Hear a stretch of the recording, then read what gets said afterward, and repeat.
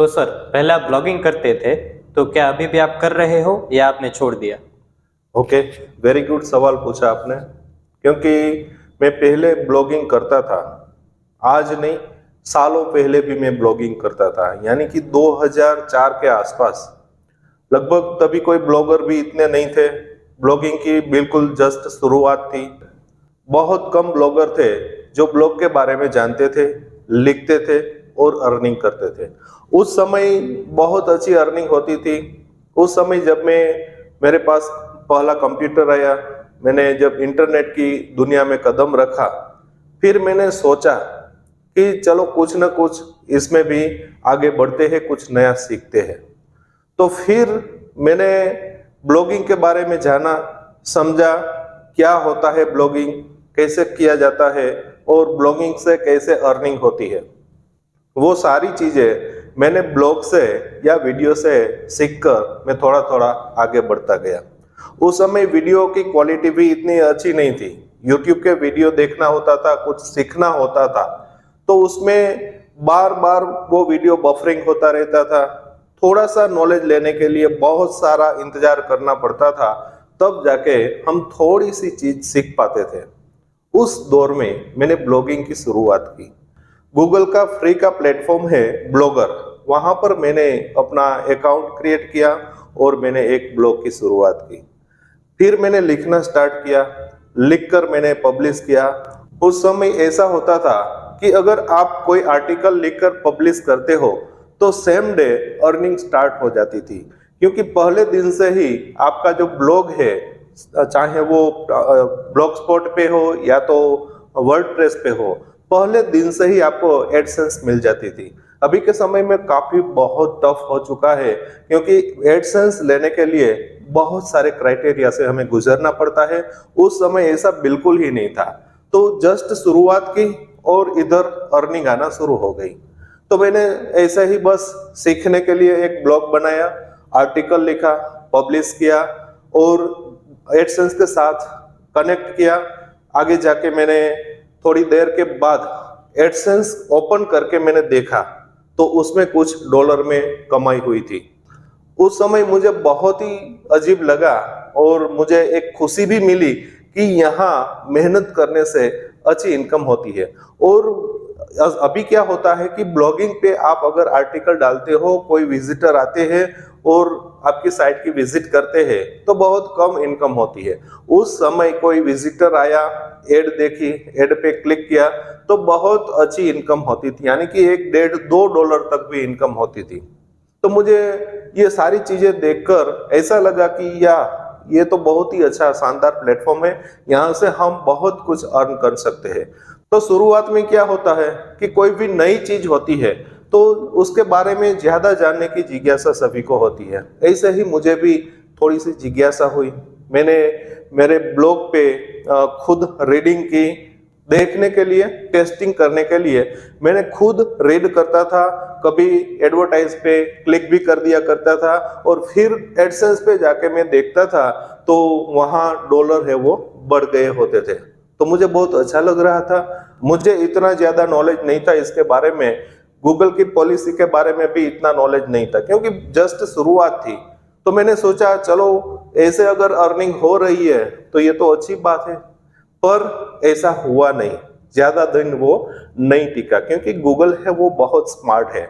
हम उससे स्मार्ट बनने की कोशिश करते हैं, पर गूगल हमें स्मार्ट बनने कभी नहीं देगा, क्योंकि वो इतना एडवांस है, उसके पास इतनी एडवांस टेक्नोलॉजी है कि हम कभी भी इसे बेवकूफ नहीं बना सकते।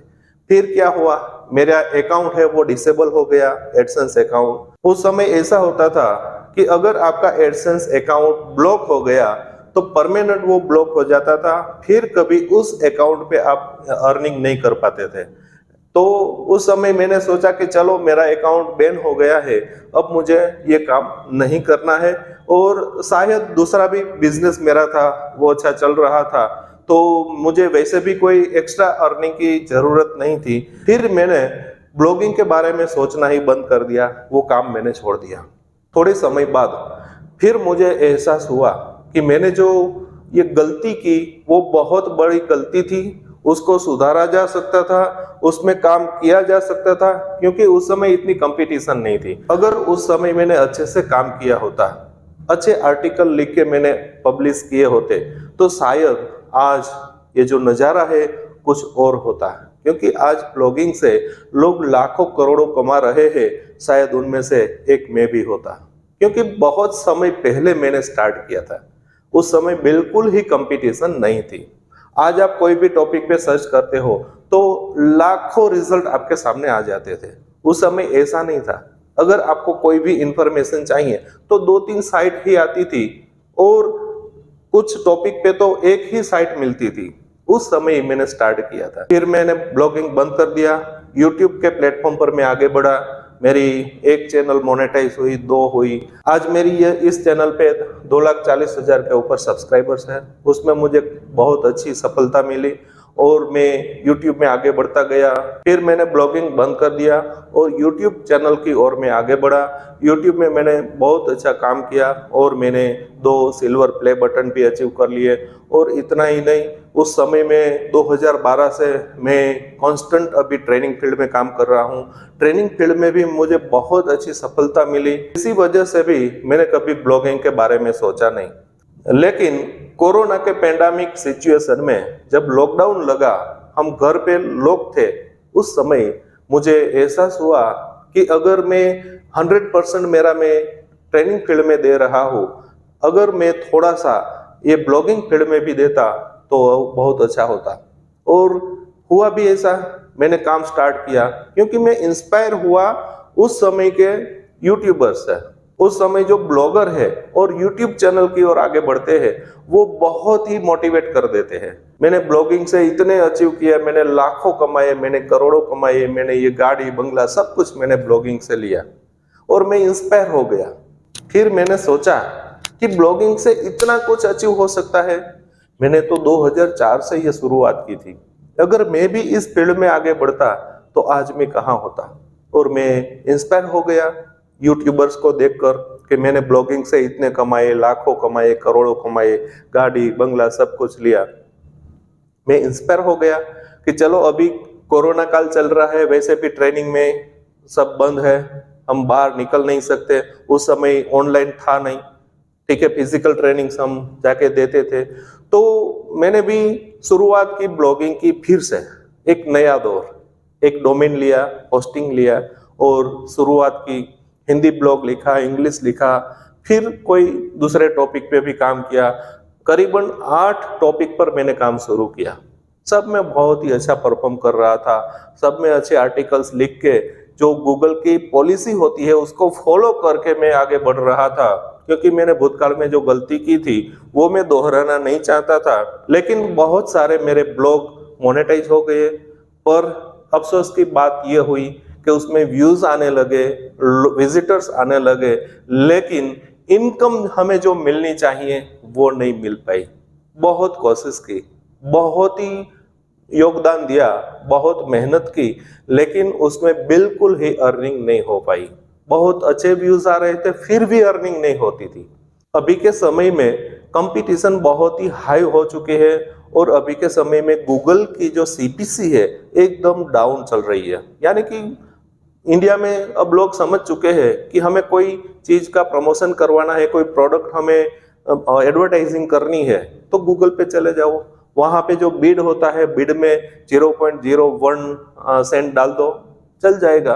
क्योंकि इंडिया में वैसे भी फालतू लोग हैं, बहुत सारे लोग एडवर्टाइजिंग देखते हैं और इतनी कंपनियां भी नहीं है कि कंपनियों के अंदर कंपटीशन हो और हमें हाई सीपीसी मिले। इसी वजह से दूसरी कंट्रीज के कंपेयर में इंडिया में बहुत लो सीपीसी होता है। इसी वजह से आज ब्लॉगर्स हैं वो बेकार बन चुके हैं। और दूसरा रीजन मेरे हिसाब से चैट जीपीटी भी है। अभी के समय में कोई भी इंफॉर्मेशन चाहिए तो चैट जीपीटी में जाके आप टाइप करो, तुरंत ही आपको सारी इंफॉर्मेशन स्टेप बाय स्टेप मिल जाएगी। तो कौन ब्लॉग पे जाएगा, कौन आपका ब्लॉग विजिट करेगा, कौन पढ़ेगा। तो चैट जीपीटी भी एक ब्लॉगर्स का दुश्मन बन चुका है। और दूसरी चीज, आज कोई भी इंफॉर्मेशन चाहिए आप सर्च करो गूगल में, तुरंत ही ऊपर आपको वो इंफॉर्मेशन शो करेगी। जैसे कि आपको कोई पर्टिकुलर डेट त्योहार के बारे में जानना है तो जैसे ही आप सर्च करते हो तो ऊपर टॉप में आ जाता है, आपको अंदर किसी पेज में जाने की जरूरत भी नहीं है। इसी वजह से भी आज अर्निंग नहीं हो पा रही है। ऐसे तो कई सारे रीजंस हो सकते हैं। उस समय पहले क्या होता था, यूट्यूब नहीं था, मतलब था तो भी इतना स्लो था। एक महीने में 1 या 1.5 GB हमें डेटा मिलता था। उस डेटा में हमें वीडियोस देखना होता था, सर्फिंग करना होता था और 1 महीना वो डेटा चलाना होता था। तो उस समय क्या वीडियोस का इतना जो प्रचलन नहीं था। उस दौर में लोगों को किसी भी तरह की इंफॉर्मेशन चाहिए तो गूगल में जाके, साइट पर जाके वो इंफॉर्मेशन ढूंढते थे। उस समय में ब्लॉगिंग ज्यादा चलता था, लेकिन आजकल ब्लॉगर्स है वो बेकार बन चुके हैं। या तो बहुत रेयर ब्लॉगर्स है जो अर्निंग कर रहे हैं, आज के डेट में भी कर रहे हैं, लेकिन जितना शो ऑफ वीडियोस में होता है कि इतने कमाए, लाखों कमाए, करोड़ों कमाए, इतना बिल्कुल भी नहीं होता है। अगर आप भी ऐसा सोचकर, ऐसे वीडियोस देखकर आप ब्लॉगिंग के फील्ड में आगे बढ़ना चाहते हैं तो मेरी आपको पर्सनल एक एडवाइस है कि आप इन ब्लॉगर्स के वीडियो देखकर आगे मत बढ़े। अगर आप में एबिलिटी है, अगर आपके पास कोई यूनिक टॉपिक है, अगर उस फील्ड में, उस टॉपिक में, उस नीच में कोई कंपटीशन नहीं है तो 100% आप उस फील्ड में भी आगे बढ़ सकते हो। अभी के समय में भी अर्निंग हो रही है, लेकिन बहुत कम हो रही है। बहुत एफर्ट देने के बाद बहुत कम इनकम मिलती है। इससे भी हम हमारे ड्रीम्स है वो कभी भी पूरे नहीं कर सकते हैं। मैं तो बताऊंगा कि ये गलत बात है और लोगों को शायद मिसगाइड, मिसलीड की जाने की बात है। इसीलिए ऐसे ब्लॉगर्स हैं वो ऐसे वीडियोस बना के चैनल को ग्रो कर रहे हैं। उसका मकसद होता है चैनल को ग्रो करना। दूसरा मकसद होता है ये जो आपको सजेस्ट करेगा कि ये होस्टिंग ले लो, ये वाला होस्टिंग ले लो, इसकी लिंक डिस्क्रिप्शन में दी गई होगी, आप वहां से क्लिक करके अगर होस्टिंग परचेस करते हो तो उनको $10-15 मिल जाते हैं। तो इसी वजह से भी वो प्रमोट कर रहे हैं कि आप ब्लॉगिंग फील्ड में आगे बढ़ो। तो हजारों युवा बेकार पड़े हैं, वो भी ट्राई करेंगे कि चलो हम भी कुछ करते हैं। वैसे भी होस्टिंग की क्या कीमत है, चलो हम होस्टिंग डोमेन लेकर कोशिश करते हैं, हम भी इनकी तरह गाड़ी बंगला सब कुछ ले लेंगे। फिर वो होस्टिंग वहां से परचेस करता है, मेहनत करता है, बहुत सारे एफर्ट लगा के बहुत कोशिश करता है, फिर भी उनको इनकम नहीं होती। फिर डीमोटिवेट होके वो छोड़ देता है। उनका जो हुआ, टाइम इन्वेस्ट हुआ, मनी इन्वेस्ट हुए, बेकार के गए। लेकिन उन यूट्यूबर और ब्लॉगर्स को 100% अर्निंग होगी, क्योंकि उनकी रेफरल लिंक से आपने डोमेन और होस्टिंग परचेस की थी। तो वो तो कमाएगा, वो आगे बढ़ेगा, उसका सपना पूरा होगा। आप डोमेन परचेस करते हो, उससे होगा, व्यूज बढ़ते हैं और YouTube से अर्निंग होगी, उससे होगा। वो तो कहीं ना कहीं ऐसे रास्ते ढूंढ लेगा जहां से वो कमाएगा। लेकिन आपका समय भी बर्बाद होगा, पैसे भी बर्बाद होगा और 100% आपको निष्फलता मिल सकती है। बाय चांस 1% आप ऐसे यूनिक नीच पर काम करोगे तो आगे बढ़ पाओगे। फिर मैंने बहुत काम करने के बाद मैंने कंटेंट राइटर भी अपॉइंट किए थे, उनसे भी मैं आर्टिकल लिखवाता था। बहुत इन्वेस्टमेंट किया। इन्वेस्टमेंट करने के बाद मैंने डिसीजन लिया और सारे ब्लॉग मैंने डिलीट कर दिए।